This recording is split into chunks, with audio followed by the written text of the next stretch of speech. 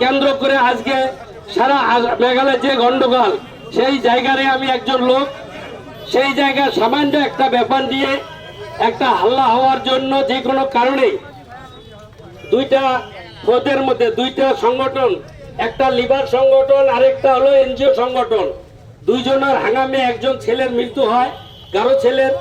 ওই ছেলের মৃত্যুর জন্য আমরাও দুঃখ প্রকাশ করছি বিভিন্ন সময়ে। আর যার জন্য 17 জন মানুষকে কারাদণ্ড আসামি করা হয়েছে, ওদেরকে জেলে পাঠানো হয়েছে। তার উপরিও এই বিভিন্ন জায়গায় আমি গত 11 তারিখে আমাকে সার্কিট হাউস 3 জন মিনিস্টার 3 জন এমএলএ আমাকে ডাকছিল। ওখানে আমাকে এইবার এনপিপি দলের থেকে টিকিট দেওয়ার কথা ছিল, পার্টির কংগ্রেস এনপিপি এমডিসি ক্যান্ডিডেট হিসাবে।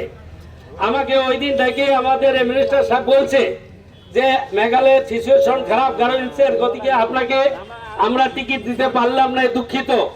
তো আমি ওই কথার উত্তরে আমি বলছি ওদেরকে, আপনারা এখানে মেঘালয় রাজ্যের ইম্পর্টেন্ট মানুষ, আপনারা গভর্নমেন্টের খুব ইম্পর্টেন্ট মানুষ, কিন্তু কি দোষ করছে আমাদের প্লেন বেল্ট তথা আসামের মানুষ সিচুয়েশন খারাপ বলে আপনারা বলতেছেন? আমরা দোষ করছে এই গোয়ালগাঁও বাতাপাড়ার কোয়ারির কয়েকটা লিভার, দোষ করছে একটা এনজিও ব্যক্তি।